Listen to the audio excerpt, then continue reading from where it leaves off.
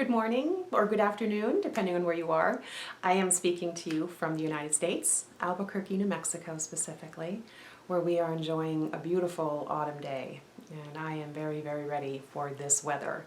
It's been 90 to 100 degrees here, and with the masks, it's not been pleasant. Some of you are going to relate to that.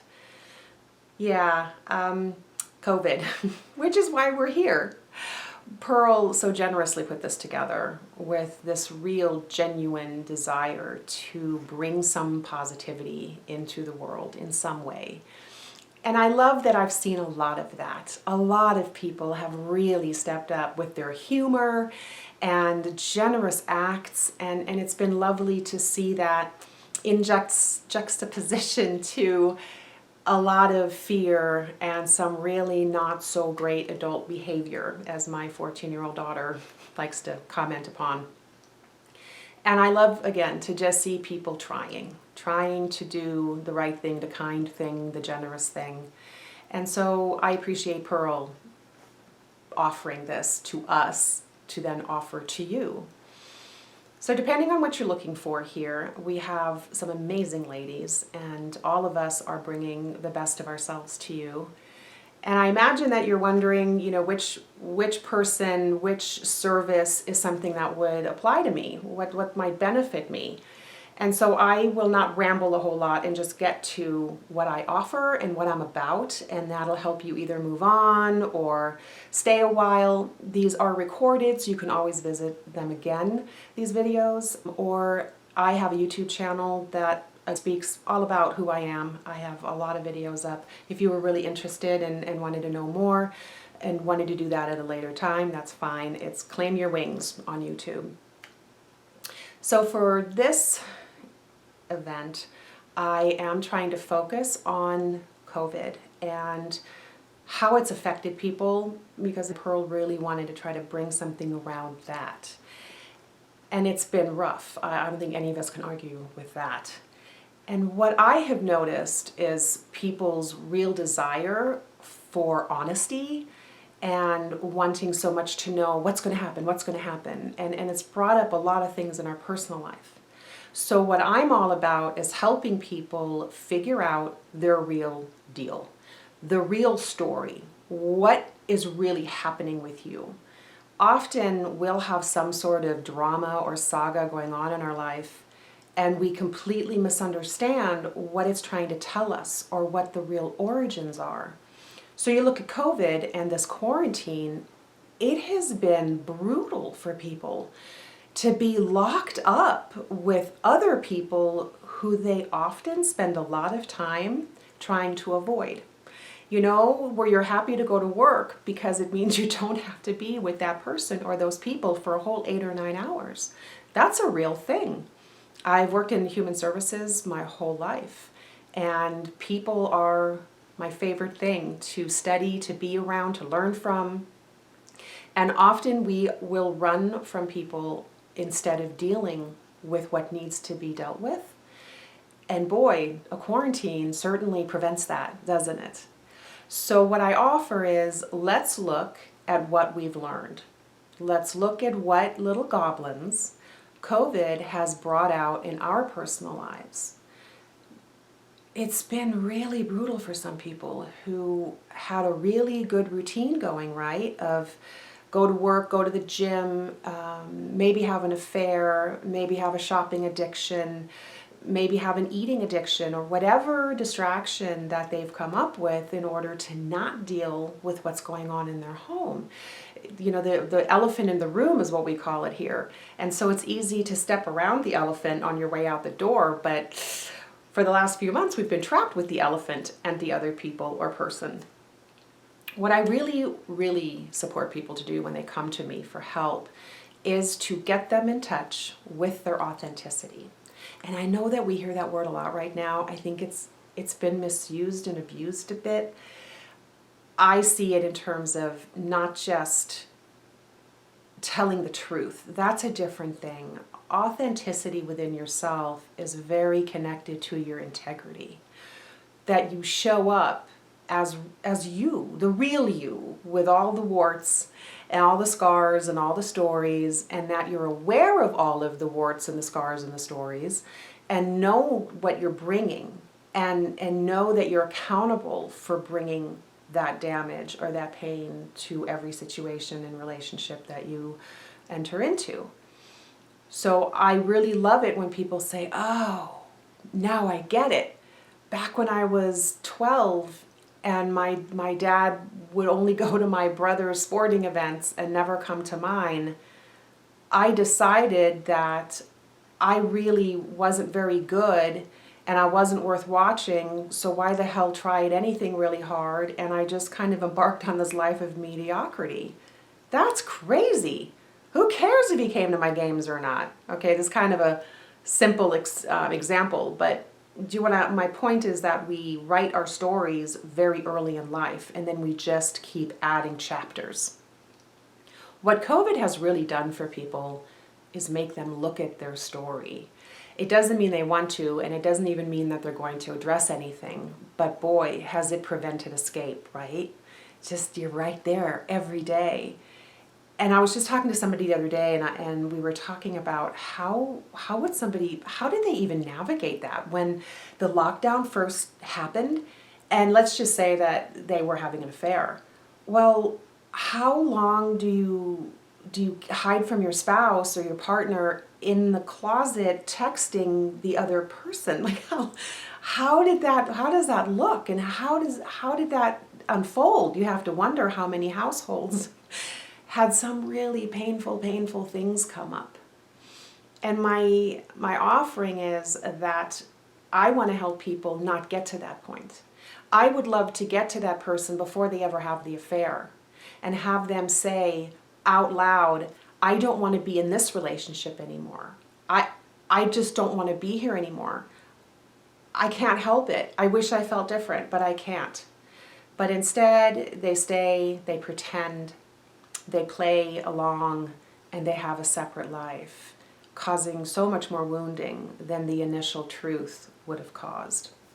I mean, how many times have you heard people say, after being stabbed in the heart or the back, why didn't you just tell me that? Why didn't you just admit it? Or, why didn't you just tell me the truth months ago? Why did you hide it from me? I mean, I've witnessed these dramas, and it's really painful to watch because the other person has no real excuse. So my passion is to help people just get grounded in their reality, their own, what they've created for themselves, which is the reality with which we filter all of our experiences through, right? Like whatever we consider real, that's what the lens we look through, and we lead our lives, and it's often very skewed. And it's rooted in a lot of hurt and a lot of misunderstanding from years ago. And I'm telling you, 9.9 out of 10 times, it's childhood. We will trace everything back to childhood. I've never had a client, either in my social work practice or in my coaching practice, that whatever was happening, direct route back to childhood. I hate to tell you, and a lot of people don't like that because they just want to pretend that if they ignore it and try to forget, it doesn't count. That's not how it works. And it really is incredibly liberating to look at the little goblins that have been chasing you and have been dictating how you live your life, and stare them down and say, yeah, we're done. I'm breaking up with you. Like, I get that you're going to try to follow me around and you're going to keep trying to influence me, but I'm onto you now. And you're done being the boss of me. It's serious, and you can add a little levity to it. Because once you seize your power from your stories, things just get easier, and things look so much less dire and out of control. So this is what I speak about, and what has come up for a lot of people that I'm encountering is the COVID hitting when this person is in their 40s on up. So I think the youngest that I've encountered was like 39, and she just noticed, because she wasn't able to run away to work, she wasn't able to escape from her husband, that she really has to address something. She wasn't quite sure what that even meant. She doesn't really want to split up, but she knows that she's really not okay the way she is and how she feels, and then she felt guilty about that. And we had a beautiful conversation about how she's allowed to not be thrilled with where her life is right now. And it's not about hurting the people around you. It's just about being authentic in yourself and allowing you to feel and voice what's really going on with you, so that you don't go down a misguided path that ultimately does way more damage than if you had just spoken your truth from the start, upon really realizing I need to make some changes, or I need to make some evaluations. I need to decide if I want to continue this way. What do I need to change even?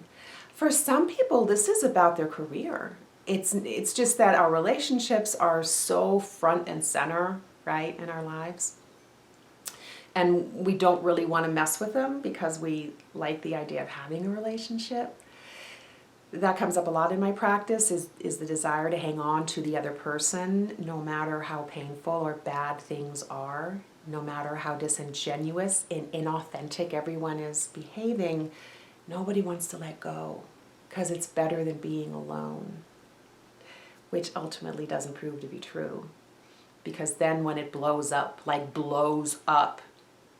inevitably I hear, oh man, I should have just called it. I should have just walked away from it when we were still friends, or before we started fighting so much, or, before we had kids, or, all kinds of, I've heard it all. And I love the idea of prevention.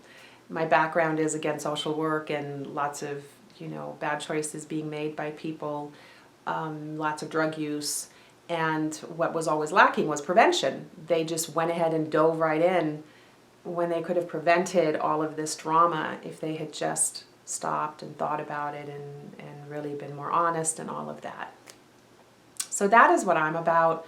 And I want to talk about how it's perfectly all right for anyone in the situation where COVID has brought something up for you. Like, you can't run away from it at this point. You just know that something has to change. And it could be about, again, your work. I mean, careers are front and center for a lot of people. They don't even want a relationship. They're just on the track, having a very certain goal around their profession.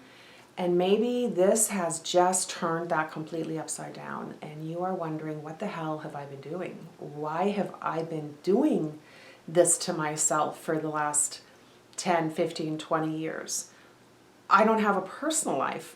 I think I kind of want one now. I'm 45, I'm 48, I'm 50, whatever.